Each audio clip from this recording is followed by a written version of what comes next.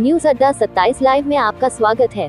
बांदा जिले से खबर। आपको बता दें कि अतर्रा कस्बे के हिंदू इंटर कॉलेज में भाजपा के समर्थन में आयोजित प्रदेश के मुख्यमंत्री योगी आदित्यनाथ की विशाल जनसभा के दरमियान भाजपा में शामिल होने की होड़ मची रही, जहां नारायण सिंह की अगुवाई में 214 लोगों ने भाजपा की सदस्यता ग्रहण की।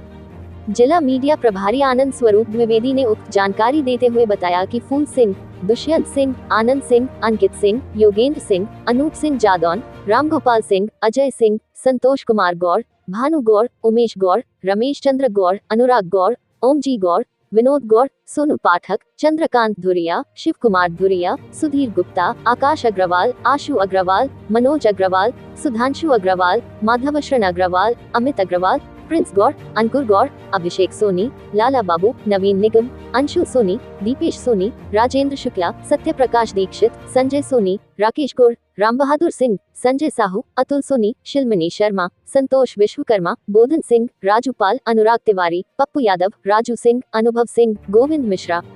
द्रोहियों को कतई सत्ता नहीं सौंपनी चाहिए। आतंकवादियों के पैरोकार समाजवादी पार्टी और कांग्रेस को कतई समर्थन नहीं दिया जाना चाहिए। आपको आने वाली पीढ़ी के सामने कहने का एक आज के दिन पर आपके पास अधिकार है। आप वर्तमान और भावी पीढ़ी को कह सकते हैं कि देखिए, हमारी पीढ़ी सौभाग्यशाली है, हमने रामलला को अयोध्या में 500 वर्षों के बाद विराजमान होते हुए देखा है। इस पीढ़ी को इस लोक में और पूर्वजों को परलोक में जाकर के हम कह सकते हैं कि देखिए, आपकी जो आस थी, आपका जो संकल्प था, उसकी प्रतिपूर्ति हमने कर दिया है।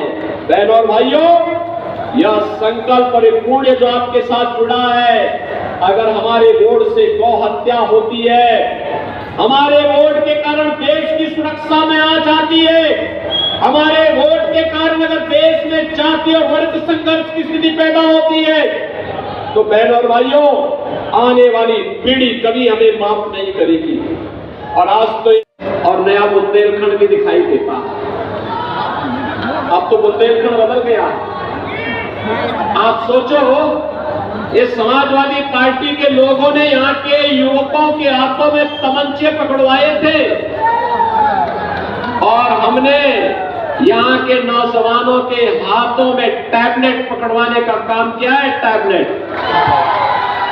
अब टैबलेट से स्मार्ट युवा और स्मार्ट युवा से डिफेंस कॉरिडोर का सपना साकार हो रहा है चित्रकूट में। बहनों और भाइयों, कोई सोचता था आज से 7 वर्ष पहले कि बुंदेलखंड में भी एक्सप्रेसवे बनेगी।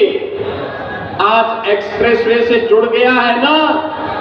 अब दिल्ली जाना हो तो फर्राटा मारते हुए आप भी सीधे दिल्ली और लखनऊ की यात्रा कर सकते हैं।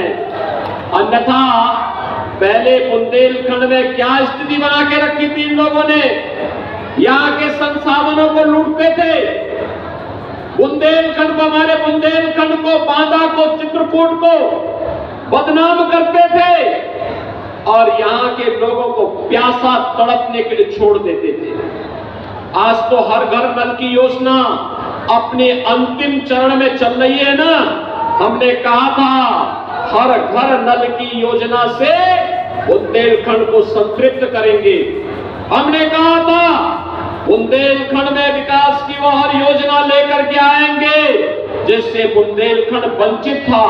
और आज बहनों और भाइयों, अपार संतुष्टि होती है बुंदेलखंड के विकास करने के लिए, क्योंकि हमारे प्रभु राम को संकट के समय आश्रय दिया था चित्रकूट ने, बुंदेलखंड ने।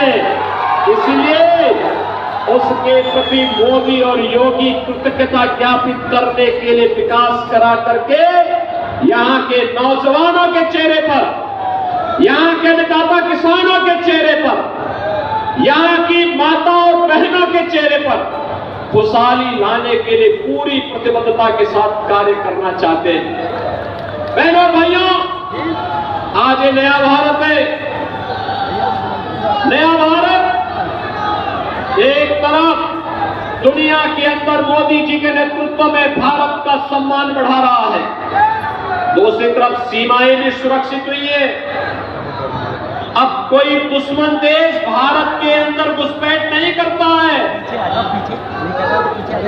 आज देश के अंदर आतंकी घटनाएं नहीं घटित हो सकती हैं।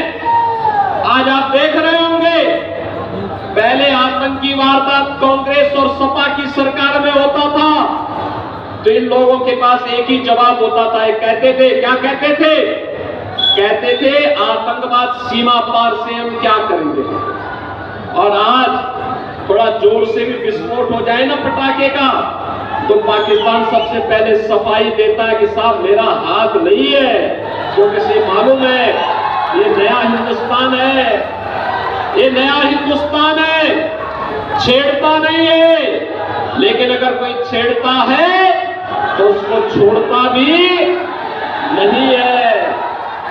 आज बहन और भाइयों, विकास भी है, expressway, highway, railway, 1 district 1 medical college और हर घर नल की योजना, डिफेंस कॉरिडोर भी है और विकास की वे सभी योजनाएं जो आज हर चेहरे पर खुशहाली ला सकती है, हर नौजवान को स्वावलंबन की ओर अग्रसर कर सकती है और गरीब कल्याणकारी योजनाओं की तो कोई गिनती नहीं।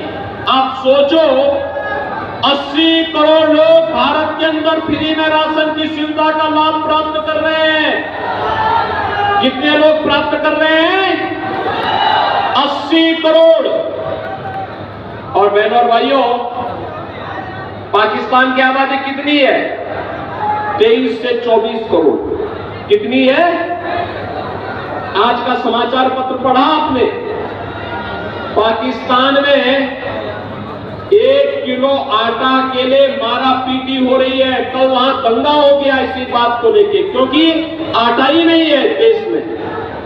पाक अधिकृत कश्मीर में लगातार आंदोलन चल रहे, कह रहे कि हमें भारत का हिस्सा बनाइए, क्योंकि भारत में मोदी जी का शासन है और इसलिए हम भारत के अंदर खुशहाल रह पाएंगे। ये जो पाकिस्तान का राग अलाप रहे हैं, इन लोगों से बोलो कि भैया जाओ पाकिस्तान में ही रहो, वहां भीख मांगो, भूखे मरो, भारत के लिए बोझा मत बनो, क्योंकि भारत के लिए बोझा बन करके भारत की प्रगति के बैरियर ये लोग बने हुए हैं। बहनों भाइयों, मैं आज आपसे ही कहने के लिए आया हूं, एक नया भारत है। जितनी पाकिस्तान की आबादी है उससे ज्यादा लोगों को मोदी जी ने 10 वर्ष में गरीबी रेखा से उभारने का काम किया।